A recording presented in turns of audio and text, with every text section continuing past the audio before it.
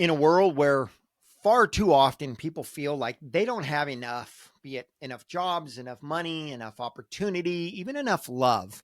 And the reality is that in some parts of the world, there's some truth to that. Okay. But I can only speak for here in the United States. But if that's you, I want to encourage you to recognize that living with a mindset of lack, it means living a lie, because scarcity and lack is simply not true. And we can learn to see the truth, to see the reality that there is abundance and opportunity all around us in every single moment. So if you're ready to change the way you see the world, to improve your life and your mental health, your mental well-being, then join me on the LifeDezign podcast for today's Mental Health Mondays episode. If you haven't already done so, please subscribe now so you can join us on every episode. We truly appreciate it. And be sure to engage in the comments section of your favorite platform for your chance to be invited as a guest on one of our episodes. Welcome back, you amazing listeners, to another empowering episode of LifeDesign's Mental Health Mondays. I'm your host, Michael Borland, and I'm dedicated to guiding you on a journey to mental health, to mental wellness, and to a life that's designed by you, for you. So today we're diving into a topic that touches the lives of virtually everyone, yet often goes unaddressed. And it's about the invisible lens through which we view our world, our lives, even ourselves. Okay. And that is, again, far too often, it's a lens of scarcity and lack. But what if I told you that changing this lens could transform everything for you? So today's episode is all about shifting away from a scarcity mindset and actually embracing abundance. Abundance for a better life, for a healthier mindset, a healthier mental well-being. Okay, picture this. You're looking at a stunning, vibrant landscape, but you're looking through a window that's so smudged and it's so grimy that all of that beauty, you can barely see it. Okay? This is how scarcity or a scarcity mindset affects our perception of the world around us. It dims the beauty of life. It narrows our focus to see only what we lack or only what we perceive that we lack. Right? It blinds us to the possibilities and to the opportunities that are all around us. That said, I've got some good news. Just like we can clean that window, we can clear our minds of a limiting view, of a limiting mindset, of a limiting perspective or belief. So the journey that we're going to take today is to understand the roots of the scarcity mindset, because it impacts our mental health. It impacts our physical health. Okay. Most importantly, we want to look at how we can shift from that scarcity mindset into an abundance mindset, one that will foster growth and gratitude and genuine happiness. So we're going to explore some insights from psychology. Okay, we're going to share some real world applications, as I always do. We're going to look at some views from some of the experts in a variety of fields, ones that specifically will help us in our daily life. And then, of course, I'm going to share some actionable tips that will help you make that shift. And by the end of the episode, you're not just going to understand the power of letting go of scarcity, but you're going to have the tools to actually embrace the abundance mindset and to really experience it and nurture it into your life.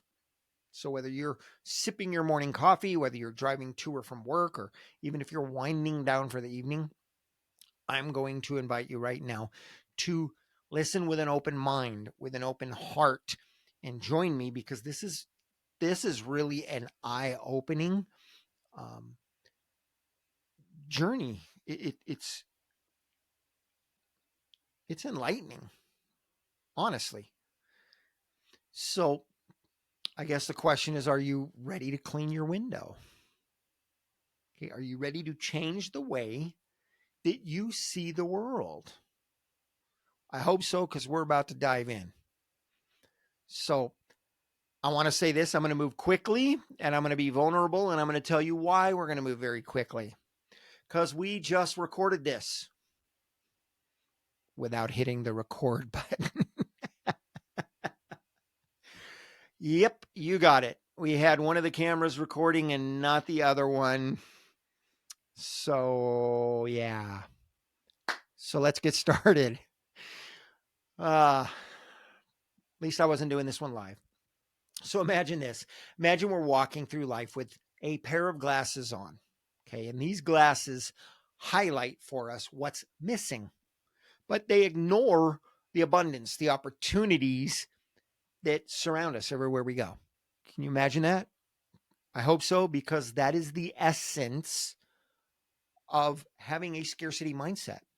It's a perspective where we focus more on lack, or on things that we perceive as unattainable, or things that we look at as a void in our lives, rather than appreciating what we do have and recognizing that there are endless opportunities around us.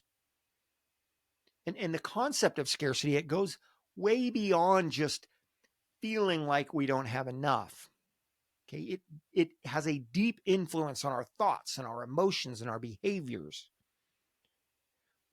When we get caught in a grip of scarcity, of lack, it's like it literally makes us work from an operating position of constant stress. Okay, our decisions become short-minded or short-term. They're driven by some immediate need to fill a gap, and it causes us to ignore long-term consequences. There's actually research for this in psychology and neurosciences that suggests that a mindset, this type of mindset, scarcity, it actually changes the way our brains work. It, it I'm going to say physically, it neurologically narrows our focus and has us zero in on deficits, whether they're real or not. Well, they become real when we think that way to some degree. So think of it as a survival mechanism that evolved over centuries. We all know in the past that the focus was on crucial survival skills and things like that. But in today's world, more often than not, it backfires on us. We wind up with anxiety, with depression, with a lot of bad habits. And it creates this cycle of perpetual dissatisfaction. How often do we feel it? Even people that are pretty good at this, there's a lot of areas where we struggle with feeling dissatisfied. I hear it all the time. But why do we fall into this trap? Well, part of it's cultural. Part of it is fueled by messages that tell us we need more to be happy, more stuff to be happy. Part of it's evolutionary. Right? Part of it stems from this innate desire that we have to avoid discomfort and to have security. This is a human need. But not just that, but to secure our needs. Unfortunately, a lot of us think that our wants are actually needs. But the impact of living with a scarcity mindset is huge. It limits our ability to see the full picture. It reduces our sense of personal efficacy. It hinders our capacity to actually make thoughtful choices. Okay, think about, consider how scarcity might actually manifest in your life on a daily basis. Okay, maybe you constantly compare yourself to other people. Maybe you feel like there's not enough time. How often do we hear that? Maybe we have, um, this relentless experience of financial anxiety. Okay, that's ultra common. Even when objectively our needs are met, right? I just said that. We have wants, but people vision them as needs. No, our needs are more often than not met, and yet we still feel this stress, this anxiety. Okay, this type of a mindset, it turns life into this never-ending, like a competition almost, for whether it be resources or, I would say it's more of things that seem slightly out of our reach. Not even necessarily resources, just stuff. Okay, but there's a powerful truth, which is that a scarcity mindset is not real. And it's not a life sentence. It's not something we have to live with. It is a habit of thought. And just like every other habit, we can change it. But it's a journey. And going from scarcity to abundance, it starts with awareness. It starts with recognizing when and how scarcity influences our perception, so that we can open the door to making mental and emotional transitions, right, into a new and improved way of thinking, into a better mindset, a mindset of abundance. So keep this in mind. Shifting away from scarcity isn't about denying the real challenges that we face. It's not. That's not it. It's about changing how we relate to those challenges. It's about finding value in what we have, in opening ourselves up to the possibility, or should I say the possibilities, that lie dormant within us at any given moment. Right? And sometimes, let me say this, sometimes that's good. We don't want it to grab onto every single opportunity that is in front of us. There's too many. There's more than we could possibly ever keep up with. But when we start recognizing that, then we make the best choices. If we're just winging it and we're grabbing onto things that aren't really the right opportunities for us, and we all know that happens more often than it should. So let me pause, because this is a good time to stop and explore what we'll call I'll just say the benefits of letting go of this scarcity mindset, and how embracing an abundance mindset can actually impact us, how it impacts our mental health, our overall well-being, mentally, physically, emotionally, all of it. So now that we understand a little bit about the scarcity mindset and how it impacts our lives, let's look at the brighter side of that spectrum, right? Let's look at the abundance mindset. Because shifting towards abundance is not about just feeling better in any given moment. It's about unlocking a deeper awareness of what is around us. Okay. And I would say an equally broad acceptance of what's available, if we simply and choose to embrace it. So first, let's clarify, what exactly do we mean by an abundance mindset? Okay. I will say, for one, it really depends upon what's important to you. That said, it's a perspective that focuses on plenty, having plenty, saying that there's enough, believing that there's enough, okay, rather than focusing on what's lacking. Okay, it's about focusing on opportunities rather than obstacles, or what we can offer instead of what we don't have in our current inventory, be it finances, be it skill sets, whatever our resources are. What can we offer, as opposed to, oh, I wish I could offer this. Okay, maybe I do, but what can I offer? And then offer it.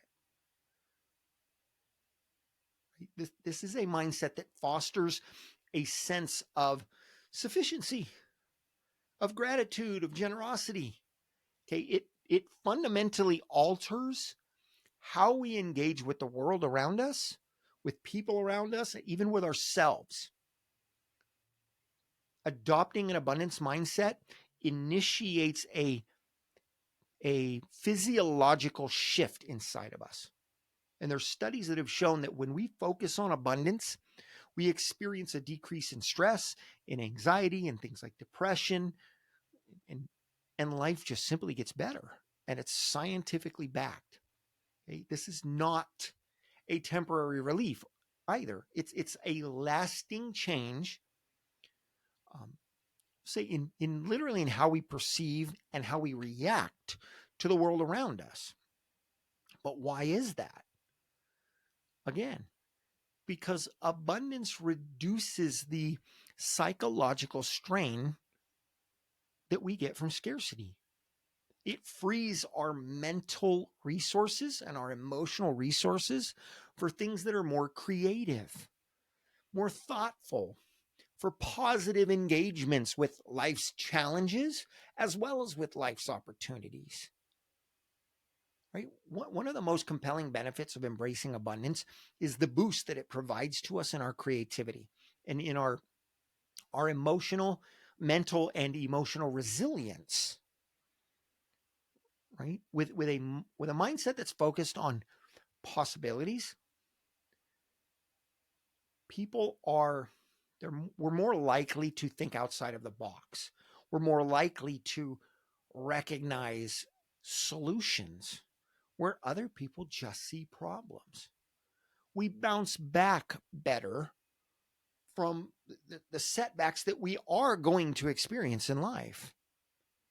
And we all know this level of resilience, it's crucial, not just for personal success, whatever that means to you, but for maintaining our mental and emotional health and well-being, okay, in the face of life's inevitable and, let me say, consistent or constant ups and downs, because those aren't going to stop just because you have an abundant mindset.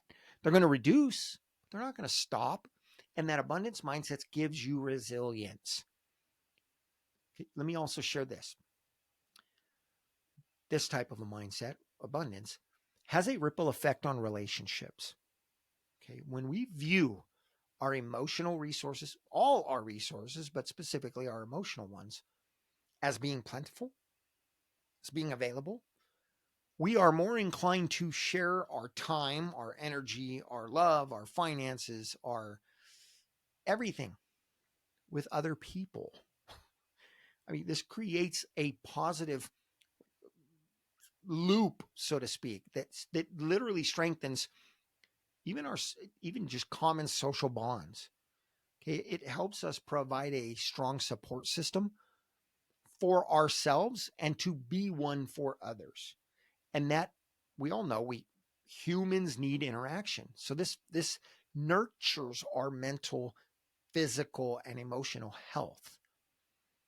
So when we think about that, what are some real world examples? Well, we all know somebody who's faced, just a crazy amount of significant challenges. Yeah, I'm not talking the minor ones, but significant ones. But who also chose to focus on what they had rather than what they didn't have, what they may lack in any area.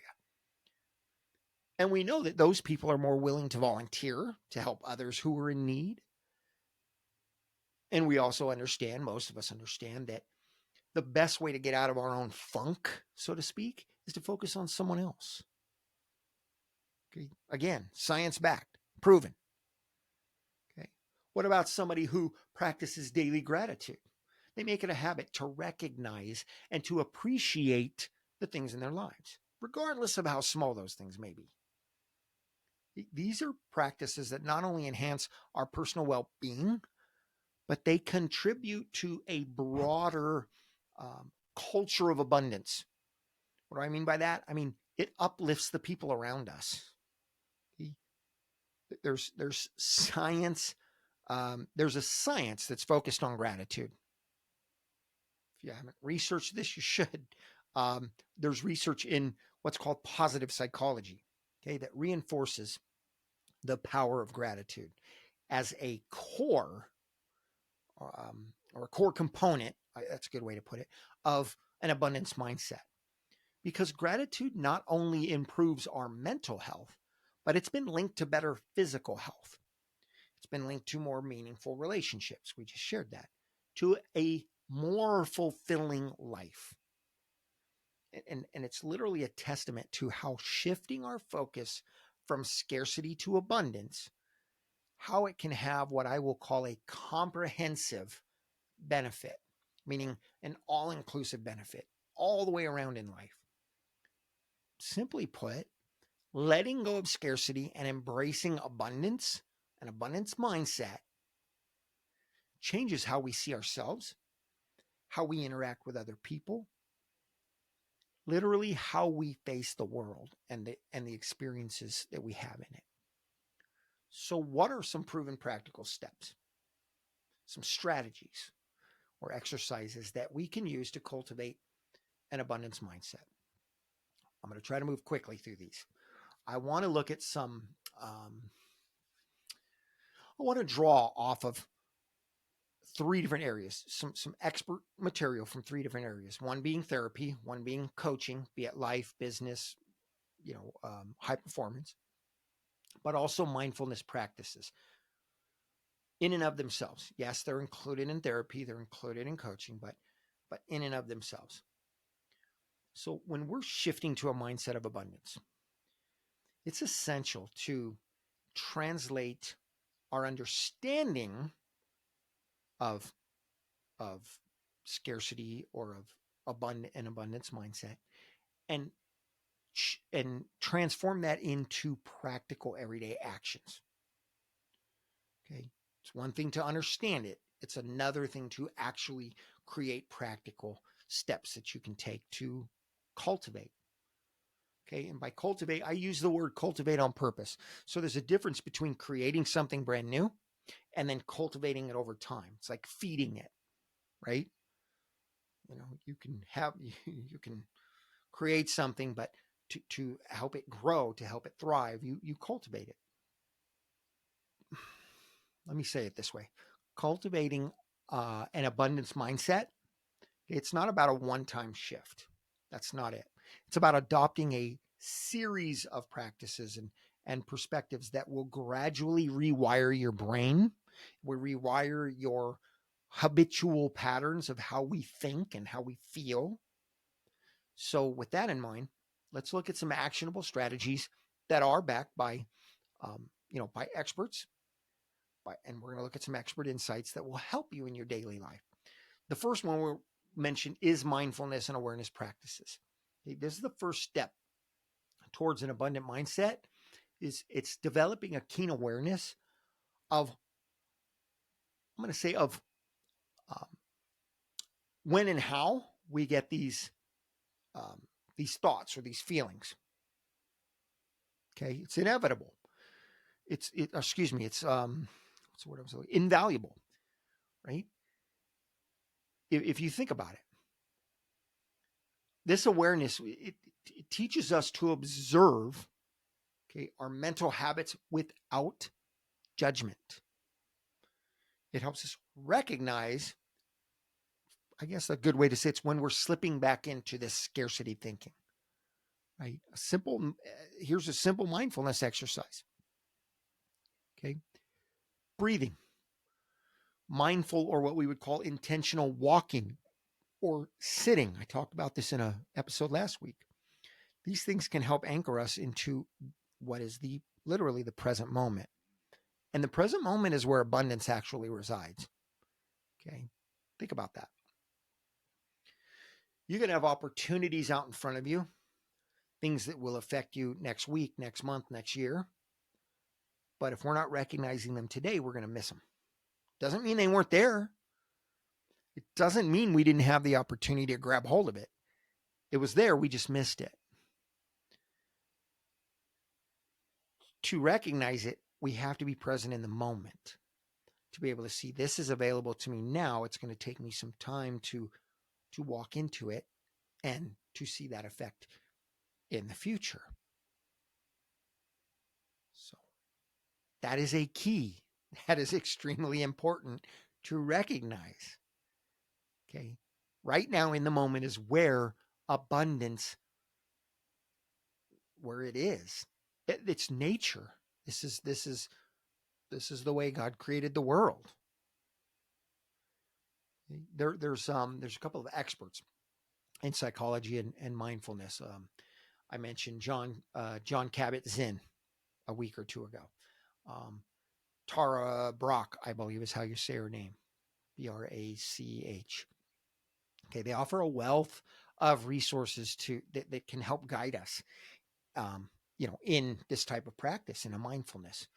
Okay, their work that they do, it really underscores the importance of presence, of acceptance, and how it cultivates healthier and more um, abundant perspectives on life. Okay, now based on time, I'm not going to go into the details, but I did share some of the work from John from Zinn last week or maybe 2 weeks ago in one of the episodes, so you can go back and listen to that. Number 2 is gratitude practices.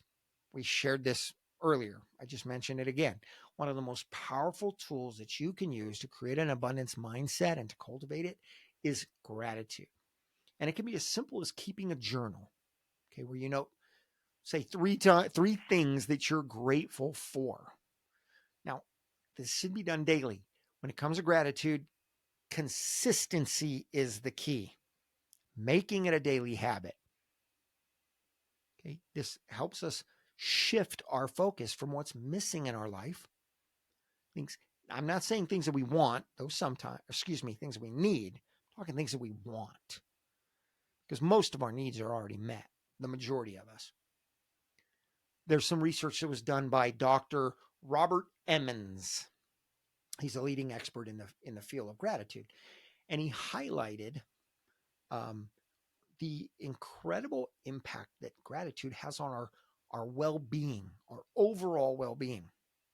And there's his studies that show that regular gratitude practices increase genuine happiness, not fake, not temporary, not I'm happy because I had an evening out with my friends. I'm talking genuine, ongoing, long-term happiness. It reduces depression, stress, anxiety, even improves our physical health. Okay, that is medically and scientifically proven. Number 3, setting intention with our abundance. Okay, this is a practical step where you set intentions that align with what's important to you in the area of abundance. This involves identifying areas where you would like um, to experience more abundance, be it relationships, health, creativity, maybe wealth, but in setting specific and achievable, but what I call, or what we call in the industry, stretch goals, goals that are just outside of what is normal or capable of without some extra effort. Because intentions act as reminders of our capacity to create and to attract abundance. And we reinforce that mindset through goals and through action steps to get there. And this isn't just me telling you this. Okay, this is not just my own words. There are other high performance coaches and motivational speakers. Some of the popular ones may be like Les Brown, Nina Kalman, Tony Robbins. I talk about him. Brendan Burchard. These are people that are top of their game, been known for years and years out in the public arena, who emphasize the power of intention and visualization, and how it helps us in achieving an abundant life. Okay, not just an abundant mindset, but creating the mindset and actually creating an abundant life. And we encourage visualizing the abundance that you wish to create, not what somebody else says should be created, what's important to you, what you want. Okay. Couple that visualization with setting some clear goals that are going to cause you to stretch. right? And then setting those steps to actually make that a reality.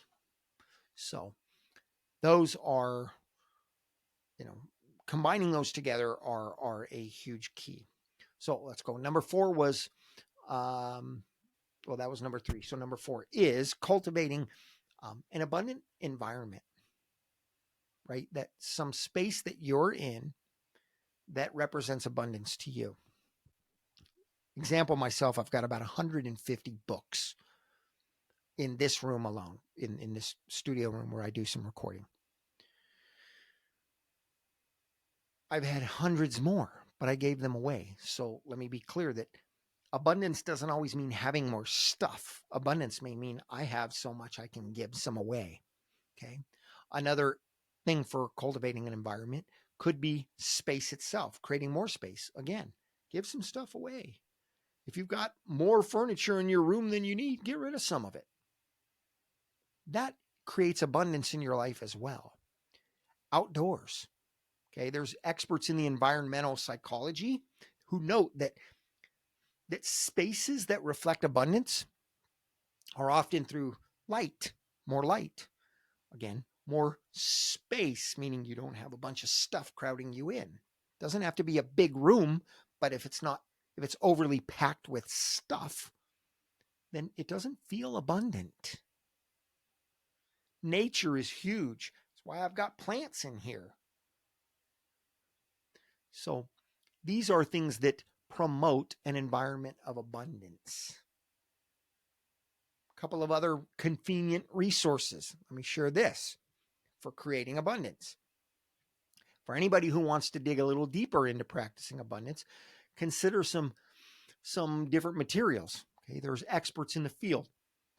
There's a book called The Abundance Book. That's the title. It's by John Randolph Price. Rhonda Byrne wrote a book called The Magic.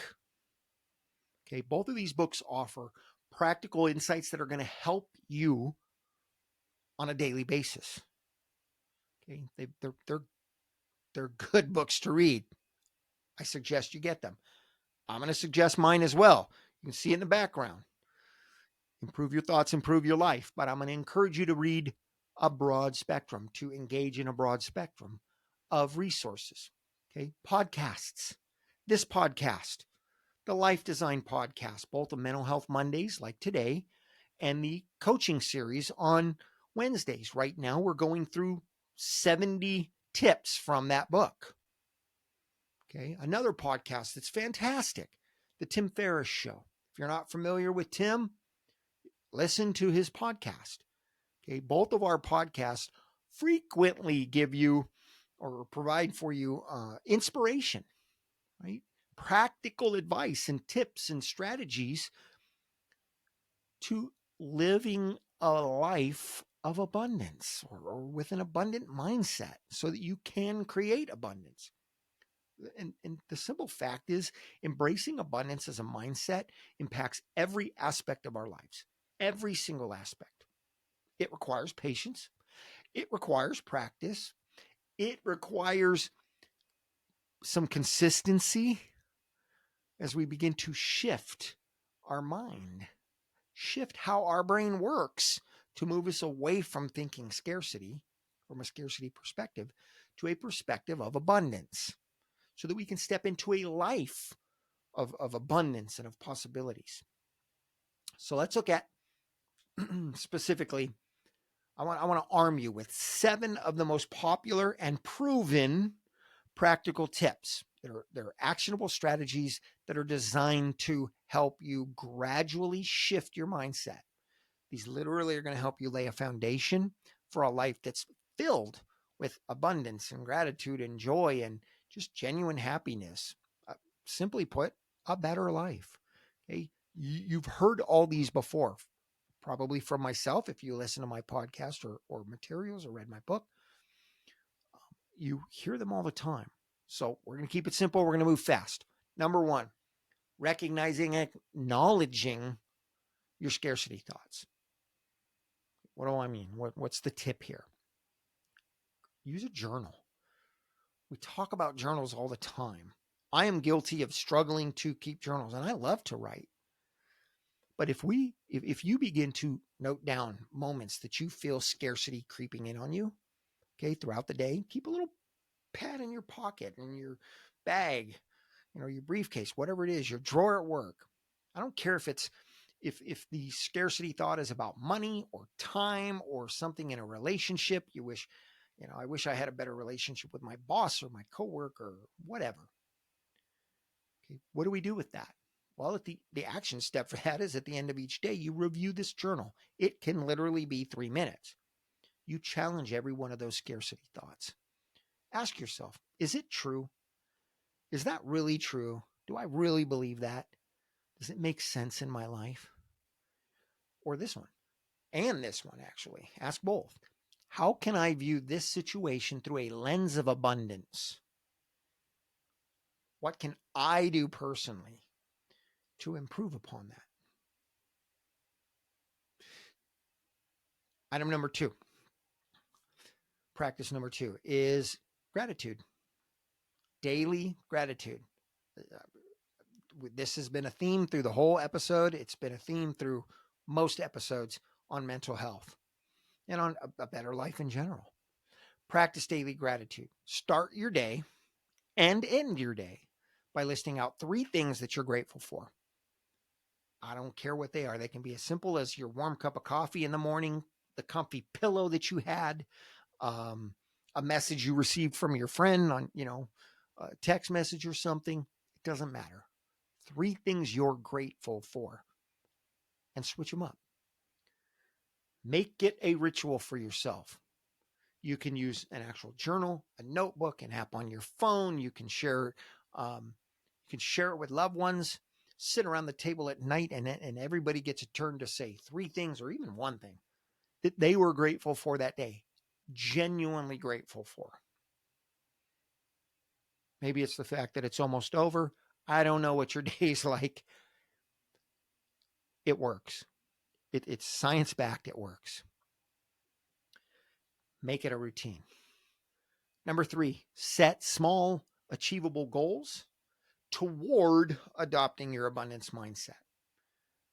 Do make them stretch you just a little bit. So break down this journey. Put it into small goals. For instance, this week, I will give 3, I'm going to use the word genuine again, compliments to someone else. Something that will foster a sense of abundance in a relationship.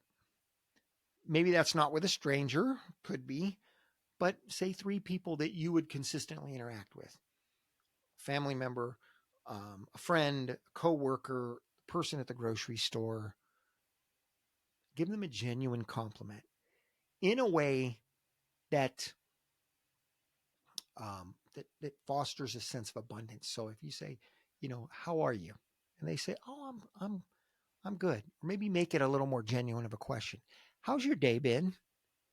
You've got a tough job. How are you doing today? Switch up the wording a little bit so they know it's genuine, not just how you doing. And then when they say, you know what, it's a pretty good day and it's almost over. Thank you for sharing that. What am I doing right there? I'm encouraging that mindset of abundance. Thank you for sharing that. A lot of times we tend to say, it's another day, thank God it's almost over. You genuinely shared that there was something good about today. Thank you for that. You're encouraging a mindset of abundance. And then write that down in that journal. Okay, so you could check in with yourself at the end of every week and look back at what goals you set for yourself. Who are those 3 compliments you gave each day, and what was the progress you made in it? Okay, step number 4, or technique 4, what have you, would be engaging in something in community wise that builds relationship. It's a simple one. It doesn't have to be huge, but you want to seek out or create opportunities where you can connect with other people in a way that shares a desire to have an abundant life. So it could be a book club or a couple of friends that you just agree to read a growth mindset style book that month. Or maybe you even read it. Okay, I've done this once where I read it and then I shared what I read in the book and I just got their feedback on it. And I've actually done that a couple of times and I got some really good feedback. But the action step is actually committing to one thing, at least one thing that you can do this month. Okay, this podcast is going out second week of the month, so you've got at least 2 weeks left to commit to doing something this month. Something that brings you closer to an abundance mindset, rather than moving you away from it. Okay, number 5 out of 7, reflect on your personal growth and your progress. Again, there's that. The tip would be that journal again at the end of each month, right? We just said at the end of each week, you kind of reflect on it, you take some notes. So now at the end of the month, you're only going back to 4 weekly reflections. If you've got a lot of time, go through the whole month of notes. Keep them simple, keep them bullet point if you want to. But go back through them, reflect on them, and recognize what changes you've noticed. How did your mindset shift from the beginning of the month, your mindset and the way you feel about even doing it, to the end of the month? That action step is what, by documenting that monthly, come at the end of that month, each week, and then at the end of that month, you're documenting your feelings, your thoughts, and any moments, right? Any experiences where you felt a shift towards abundance, right? At one point we said, recognize if you're struggling and starting to slip back. The monthly one is where you're recognizing your progress. Make sense? So number 6 is incorporating abundance affirmations. And I know affirmations have had, good reputation and bad reputations. But here's the tip on this. Using positive affirmations to reinforce the abundance mindset. So what do I mean by that? As an example, I have everything I need for a joyful life. Does that mean, did I say I have everything I want? No. I don't need stuff to have joy. And maybe I want some more because I know what it represents to me and the experiences I have will give me some genuine happiness, some joy. But right now, I have everything I need for joy. I still want some other things just for that added experience, the icing on the cake. Here's another one. I'm open to the abundance that the universe has to offer. Did I say I'm in possession of it all? No. I'm open to it. I'm open to new opportunities. I'm open to my life changing, as scary as it may be. I'm open to what the universe has to offer me. Your challenge, your action step. Choose 3 affirmations, ones that resonate with you, and say them every day. Preferably say them in the morning as you're getting ready, say them at some point during the middle of the day, and say them in the evening. Okay, you could say them, you can write them down, you can quietly meditate on them. My suggestion, do all 3. Do all 3, even if you mix it up throughout the day. Okay, especially if you can write them down, because there is a physiological proven impact of thinking, saying, and physically writing, not typing on a keyboard, physically writing them down. It's a much stronger impact on you, proven scientifically. Okay, last one, number 7, mindfulness and meditation tip. Again, we're talking specific to this, right? We've been bringing it up. We're talking specific. Mindfulness and meditation helps center your thoughts, helps reduce the idea of scarcity, right? Okay, it reduces anxiety, fear, depression. Okay, it makes room for abundance. Again, if you're not real familiar with what meditation or mindfulness is, look back in my podcast history. I've got an episode that literally goes through different types of meditation. It helps you understand what to expect. People that don't like meditation, on everyone I've ever met in 30 years, it's because they either didn't understand how to do it and or what to expect, or they only tried one kind of meditation. I have to clear every thought out of my mind. I just can't do that. Look, meditation's supposed to be uncomfortable when you first start. That's literally part of the expectation, because you're shifting your the way your brain works. You're shifting your physiology. You're shifting the way your body releases, in some of these styles, and over time, the way your body releases chemicals into your body. You're supposed to feel awkward. If you don't, you're not doing it right. After you get used to it, it's not going to feel weird anymore. But for a while, it's going to feel uncomfortable. That's okay. That's how you know it's working. So, action step on that one, just dedicate a few minutes to mindfulness or to meditation. If you're new to it, you can use guided styles of meditation. Do not go for a style that says you are supposed to stop your thoughts. Okay, that is for the masters of meditation. And quite frankly, for most people, it is not the most beneficial. I've been doing this on and off for 30 years. I've tried, I don't know, 8, 9, 10 different types of meditation, breathing techniques, mindfulness, different meditations.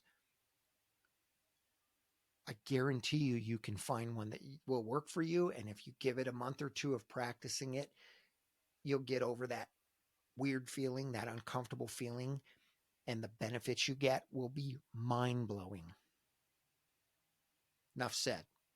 So, beginners use guided sessions if you want. It's a great way to help to get a little used to it. Look, when we integrate these tips, these 7s, when we integrate them into our daily life, okay, we're not just moving away from scarcity. We are actively building a framework or a foundation for abundance, for an abundance mindset, and for an abundant life. That means relationships, finances, health, all of the whole gamut. Okay, remember the shift to abundance, to a mindset even. It's a journey. It's not a destination. Right? I call it a pivot point. That's part of my coaching program. Goals and where we're looking to go, abundance mindset, these things are journeys. They're not a destination. When we get to where we think we want to go, we're supposed to say, wow, this is great. Now I can go there and head off in a new direction. It's the process of life. And each small step is a victory in its own right.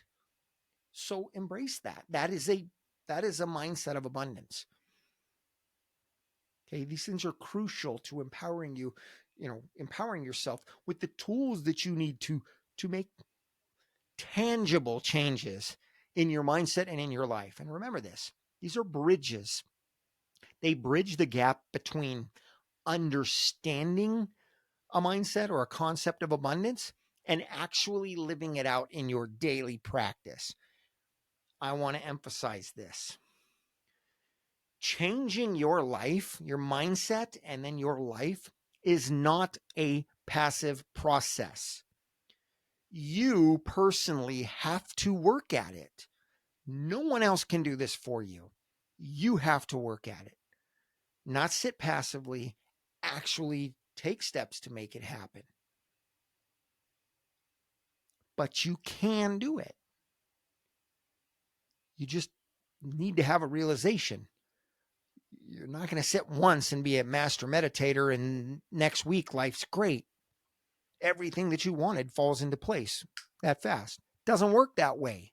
It's a process. It's a journey. So I'm going to encourage you right now to take one small step today, and no, listening to this podcast was not your action step for today. It was a great action step. It's not the one we're talking about now. Take one more action step today towards cultivating that abundance mindset. Maybe I'll let you slide if you say, well, gee, I was driving and I'm not sure I really grabbed everything that you said. So you listen to the podcast again. You download it, you listen to it again. I might let that one slide, but I'm going to suggest grabbing a pad of paper or a book, a notebook, a journal, and write something down. Talk to someone at the store or your gas station on your way home that you talk to. Begin to create a daily practice of this because, excuse me, because consistency is key. Matter of fact, here's a great idea. You can't tell me you can't do this. None of you can. Share your journey towards abundance, an abundant mindset, and an abundant life in the comments on any one of our social platforms. It does three things for you. It gives you an ongoing running log of your journey because you can always go back to comments that you've made. Number two is it gives you the opportunity to actually engage with us where we can give you some feedback. Number three, you're paying it forward. You're encouraging someone else to do the same thing to create a daily, consistent habit of this, but you're also giving them the opportunity to do the same for you. And it literally can be 3 bullet points or so. 90 seconds, 3 minutes. I mean, you want to write a lot more? Take 10 minutes. Great. Read a couple of other people's. But you can make it a few seconds and you can do that. And nobody can tell me you can't. We've all got smartphones or computers, laptops, what have you. We can do that. And we're on Spotify. We're on all the Spotify, Apple, iHeart, YouTube for podcasts and videos. So definite comments there. Facebook, Instagram, LinkedIn, X, formerly Twitter, of course, X. I'm not active on on TikTok, to be honest, but we're on all these platforms. So you've got somewhere you can reach out and you can begin this journey. So that is what I encourage you to do starting today as an action step. And we will leave today at that. We went a little longer than I planned, but it's so important. The changes that you will receive by doing this are beyond what you can imagine. So thank you for joining us today. If you do appreciate the efforts that we put into the podcast, please support us. In throughout your journey by just following, subscribing, liking, sharing, engaging with us in the comments. These are the things that support us. Okay. I will see you again on Wednesdays, coaching series. And until then, live awesome and enjoy your journey.